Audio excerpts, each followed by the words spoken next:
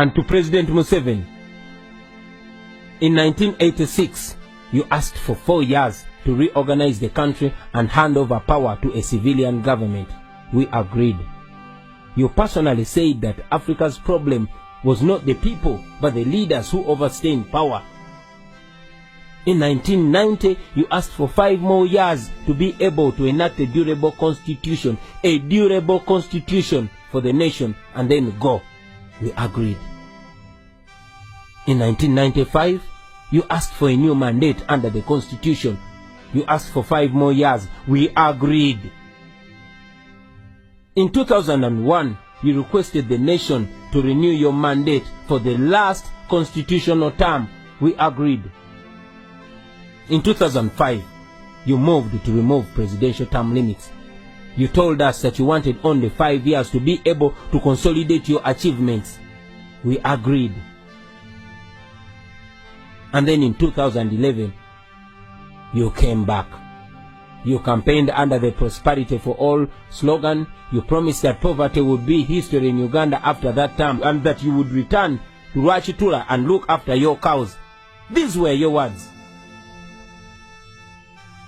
2016 came, and again you came back, asking for the very, very last term. Yes, in a televised address, you told the nation, and you swore that you would certainly not lead beyond 75 years of age. You told us that after 75, a leader would no longer have the vigor required to run a country. That one, I think that one we had ignored. We had not discussed it. It can be discussed, but since we had not, but I think after 75, the vigor, I think there's some scientific idea there that maybe the vigor is not as much after 75 years.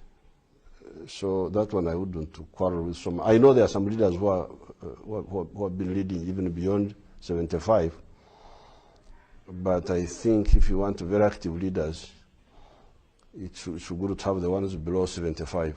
So are you saying you wouldn't go beyond 75 yourself, sir? Not at all. So are you saying you wouldn't go beyond 75 yourself, sir? Not at all. You promised that your last term would be a term pledging to fight and end corruption. Well, Mr. President, you have failed us on all these promises, and our hope was that you would end your term in 2021 and give way for the nation to begin a new chapter. And if you do that, the nation will be grateful for your contribution. Mr. President, Bob Marley said, you can fool some people sometimes, but you can't fool all the people all the time. You cannot lie to a whole nation and think each time you will get away with it.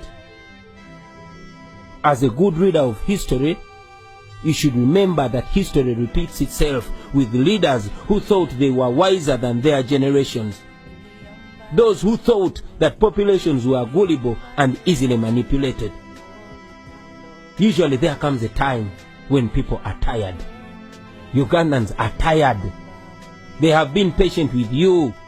They have been respectful and generous with you, knowing that in 2021 a new dispensation will come. Please do not abuse our trust and patience. Our children want to emulate a leader who does not lie to the country on national TV. Come out and repeat what you said on NTV's Patrick Kamara program when he asked you if you would go beyond 75 years. Not at all. Certainly not. That's what you said, Mr. President.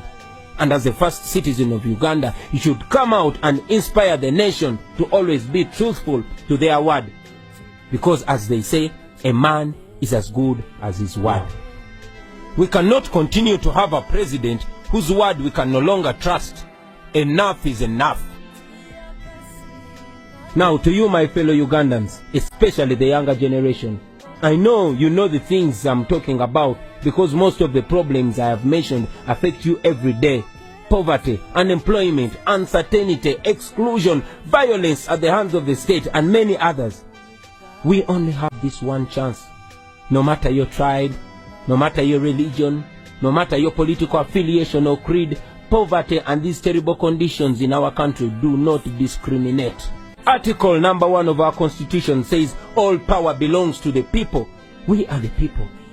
I want to call upon all leaders, from religious leaders, cultural leaders, leaders of the business community, members of civil society, leaders of educational institutions, journalists, bloggers, fellow artists, and all of you fellow Ugandans. Please don't keep quiet on this very sensitive matter on the future of our country, Uganda.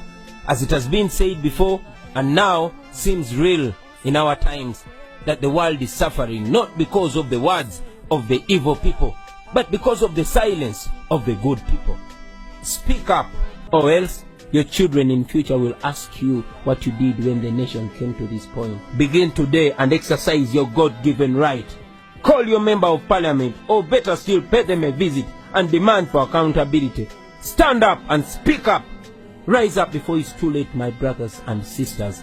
And if you believe the words I'm saying are true, please translate this into your own language and into all the languages you know. Social media is available. Let us make use of this modern technology to emancipate ourselves, because the time is now. Make use of it now. Spread this word. Make sure everybody gets to know about this. Make sure everybody gets involved, because we are the country. We are the future, and the future is today.